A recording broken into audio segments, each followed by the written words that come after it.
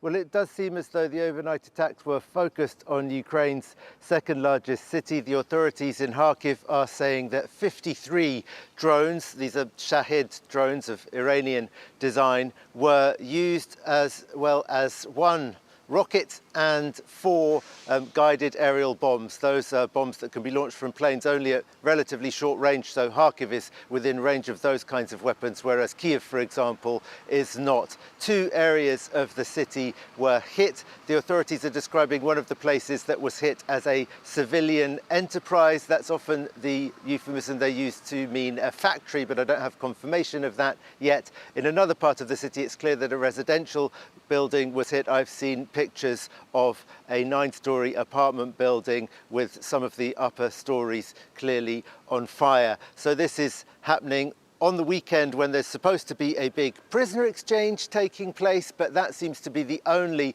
element of cooperation or progress of any kind happening with the recent diplomatic efforts that there have been to achieve a ceasefire between Russia and Ukraine, because in the meantime, as well as these overnight attacks from the Russians, they've stepped up their ground offensive, in particular in Sumy region, that's to the northwest of Kharkiv, and there they are reported by the Ukrainian side, by observers on the Ukrainian side, not the official Ukrainian military, but nevertheless, the Russians have apparently taken 2 more villages there in Sumy region.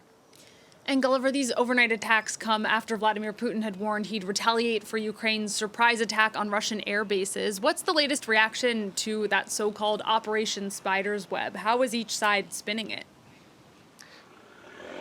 Well, I think one of the things we've really got to keep emphasizing is that, first of all, Operation Spider's Web was Ukraine's reaction to Russia's continual attacks on its city since 2022 using these planes which take off and fire cruise missiles at Ukrainian cities. So the Ukrainian operation was designed to stop that happening, and it was in itself a reaction. And then the Russian reaction to it, if they're calling it a retaliation, it's a very, very asymmetrical one, because Ukraine's operation targeted Russian air bases, which are exclusively military targets. And so far, the things that the Russians have been calling a retaliation look very much like just what they were already doing, and they are targeting Ukrainian cities at best.